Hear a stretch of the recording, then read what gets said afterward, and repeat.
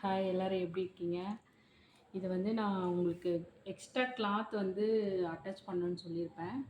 ஆனால் அதுக்கு பதிலாக த்ரெட்டில் எப்படி போடுறது அப்படின்றத நான் உங்களுக்கு சொல்கிறேன்.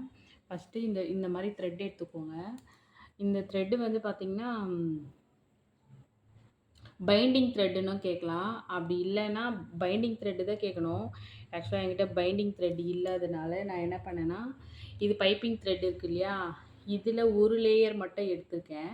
பைப்பிங் த்ரெட்டில் ஒரு லேயர் மட்டும் எடுத்து இந்த நீடில் பேர் வந்து குத்து ஊசின்னு சொல்லுவாங்க.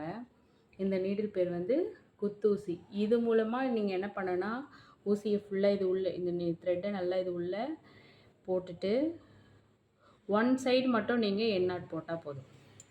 ஒரு சைடு மட்டும் வந்து இங்கே பாருங்கள், இந்த ஒரு சைடு மட்டும் என் நாட் போட்டுட்டு நீங்கள் இந்த மாதிரி கிளாத்து ஸ்லீவுக்கு ஆக்சுவலாக ஸ்லீவுக்கு தான் நம்ம என்ன பண்ணுவோம், கிளாத்தை வந்து அட்டாச் பண்ணுவோம். எக்ஸ்ட்ரா கிளாத் வந்து ஸ்லீவுக்கு தான் அட்டாச் பண்ணுவோம். இப்போ அட்டாச் பண்ணாமல் இந்த த்ரெட்டுலேயே நம்ம வந்து அழகாக டைட் பண்ணிக்கலாம். எவ்வளோ டைட்டாக இருக்குன்றதை நீங்கள் பார்த்தா தெரியும் உங்களுக்கு.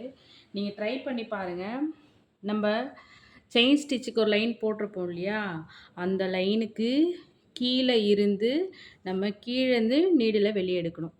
இந்த மாதிரி கீழேருந்து வெளியே நீடில் எடுத்ததுக்கப்புறமா நம்ம அழகாக இதை தச்சுட்டே வந்தோம். இது வந்து இந்தோட ரிங்கோட சேர்த்து நம்ம தைக்கும் போது அழகாக இந்த மாதிரி லாக் ஆகிடும்.